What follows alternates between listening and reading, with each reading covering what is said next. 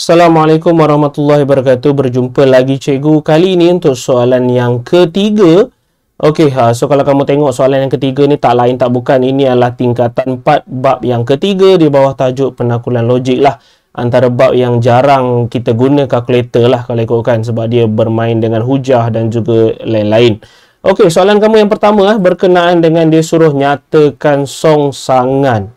Okey, bagi pernyataan yang telah pun diberi dan juga tentukan nilai kebenaran sama ada dia benar atau palsu lah. Okey, nilai kebenaran bermaksud dia nak tahu ianya setelah disongsangkan benar ataupun palsu ayat tersebut. Okey, so kamu kena tahulah bentuk songsangan yang sepatutnya akan berlaku.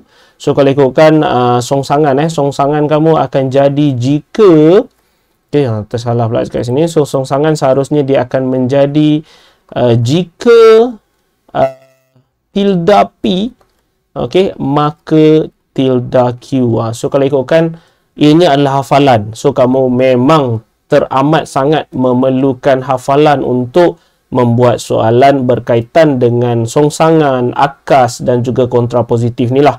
Okey, so ini adalah hafalan daripada cikgu. So tilda ini seperti biasa bermaksud penafian. So kita akan guna perkataan bukan dekat sini ataupun perkataan tidak sebab ianya adalah simbol bagi penafian. So kita tengok terlebih dahulu soalan kamu. Jika perimeter pentagon sekata PQRST ialah 30 cm, maka sisi pentagon sekata PQRST ialah 6 cm. Okey, so kita declare lah terlebih dahulu di manakah P dan juga Q. Seharusnya penyataan kamu P duduk di depan selepas perkataan jika dan selepas perkataan maka sebenarnya itu adalah Q. So kita akan buat penafian lah sebab dia suruh dia minta kepada kamu songsangan. So songsangan kamu dia akan jadi macam ni. Okey, so kita akan terus kepada jawapan lah. Okey, so jika perimeter, so mungkin cikgu akan tulis sedikit laju dan mungkin sedikit buruk. Haraplah boleh kamu bacalah berkenaan dengan jawapan. Okey, jika perimeter pentagon sekata, alright, so bagi masa untuk cikgu tulis PQRST. So ialah dekat sini so hati-hati. Kita takkan guna perkataan ialah kerana kita nak buat tilda ataupun penafian. So seharusnya dia akan jadi bukan. Okey, kalau ikutkan bukan. Okey, bukan 30 cm. Mungkin nak guna tidak, tapi rasanya kalau tidak tak berapa sesuai. So lebih sesuai guna perkataan bukan. So kita akan guna bukan lah. Bukan 30 cm, maka sisi pentagon. Okey, so bab ni kena menulis sedikit. Sekata PQRST so ada lagi sekali perkataan ialah. So kita akan ubah juga menjadi bukan lah. Okey, sebab kamu ada penafian lagi sekali untuk Q. So bukan 6 cm. Okey, so kalau ikutkan jawapan songsangan kamu dah jumpa. Cuma sekarang kita nak menentukan nilai kebenaran dia lah pula. Okey, so kalau ikutkan kamu bacalah jika perimeter pentagon sekata PQRST bukan 30 cm. So pentagon dia memiliki 5 sisi So pentagon 5 sisi. So dia kata kalaulah perimeter ukur lilit sekeliling pentagon sekata bukan 30, maka sisi pentagon sekata setiap satu bukan 6 cm. So kalau ikutkan ianya adalah benar lah. Okey, sebab pentagon kamu ada 5 sisi. So 5 darab 6 seharusnya 30. Okey, sebab dia kata kalau ikutkan kalaulah bukan 30, maksudnya dia bukan setiap satu bukan 6 lah. So betul lah.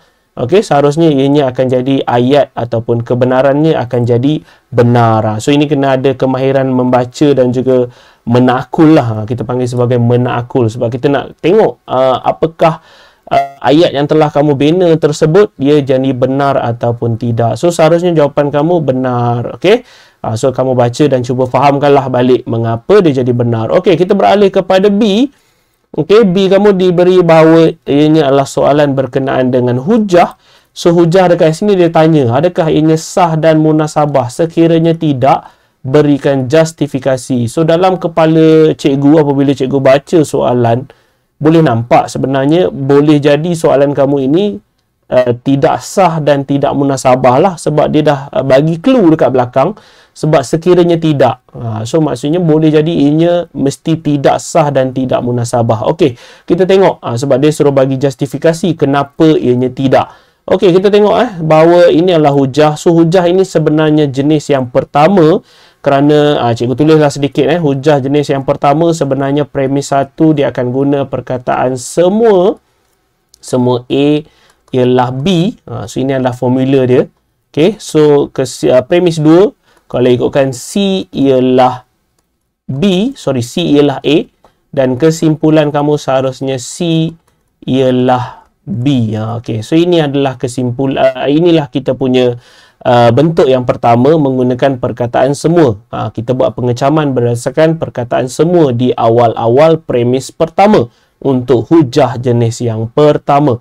Okey, so kita tentukanlah mana satu A, mana satu B. So seharusnya kalau ikutkan dekat sini, kamu punya A adalah gandaan 3. Okey, sebab lepas perkataan semua seharusnya ianya adalah huruf A dan dipisahkan oleh perkataan ialah. So pastinya ini adalah B lah. Okey, so kita dah boleh nampak A dan juga B untuk premis yang pertama. So untuk premis yang kedua, seharusnya 9 ini kita kenal sebagai C. Sebab C kamu bermaksud sesuatu yang baru wujud. Okey, baru ada. Asalnya dia tidak ada pun dalam premis 1. Tapi untuk premis yang kedua, tiba-tiba dia wujud. So itulah sebenarnya C. Dan ianya seharusnya diikuti dengan ayat A. So betul kalau kan gandaan 3 kamu di belakang ini datangnya daripada A. Okey, dan yang untuk kesimpulan kamu dekat sini C, 9 ini masih lagi C kerana dia berkongsi 9 yang sama. So seharusnya ianya adalah C yang sama, dan di belakang ini adalah gandaan 6. So gandaan 6 kamu kalau ikutkan ianya adalah B. Okey, so betul lah. Okey, dia memang mengikut kepada syarat rumus yang asal, iaitu semua A ialah B, C ialah A, kemudian C ialah B. Okey, so seharusnya kita boleh kata bahawa hujah ini ialah sah lah. Okey, so sebelum kita kata dia munasabah atau tidak, kamu semak. Mungkin boleh jadi dia sah tapi dia tidak munasabah. Okey, so mungkin dia jadi sah dan juga munasabah. Mungkin jadi juga tidak sah dan tidak munasabah. Okey, sah, kenapa cikgu kata sah? Sebab dia ikut kepada bentuk yang asal. Formula yang asal untuk hujah yang pertama. So kalau dia tidak sah, bermaksud dia tak akan ikut kepada bentuk yang pertama ni lah. So dia mengikut kepada bentuk yang pertama, so pastinya ianya adalah sah. Okey, so kita nak tengok setiap ayat yang telah diberi ada tak sebarang keraguan. Okey, kalau ikutkan gandaan bermaksud sifir lah. Okey, gandaan 3 ialah gandaan 6. Okey, so 9 ialah gandaan 3. So bermaksud 9 berada di dalam sifir 3. Betul? So 9 ialah gandaan 6. Okey, so 9 berada di dalam sifir 6. So pastinya kesimpulan kamu ini sebenarnya tidak menyebabkan ianya menjadi munasabah, sebab mana ada nombor 9 di dalam sifir 6. So kita boleh kata bahawa ianya sah tetapi, okey, sah tetapi tidak munasabah. Okey, sah tetapi tidak munasabah. Okey, so dia suruh kamu berikan justifikasi. So seharusnya kita akan cakap sah tetapi tidak munasabah kerana, okey, kerana kesimpulannya tidak benar. Kerana kesimpulannya, okey, kesimpulannya adalah palsu. Boleh juga. Okey, adalah palsu. Okey, so itulah kita punya justifikasi. Okey, so kalau ikutkan, cikgu harap kamu clear lah mengapa dia jadi sah. Okey, cuma kenapa dia jadi tidak munasabah kerana kesimpulan kamu nombor 9 ataupun angka 9 tiada di dalam sifir 6. So kalau ikutkan, itu sahaja untuk soalan kita di nombor 3 ini. Sekiranya kamu boleh faham dengan apa yang cikgu cuba ajarkan, cikgu dah ajar dengan agak perlahan sebenarnya supaya kamu dapat tangkap apa yang cikgu cuba sampaikan. Jangan lupa untuk sebarkan ataupun mengajar rakan-rakan yang lain sekiranya kamu dah faham dengan apa yang cikgu dah ajar dekat sini. Jangan lupa untuk tinggalkan ruangan komen di bawah dengan sebarang kemusykilan ataupun persoalan yang lain.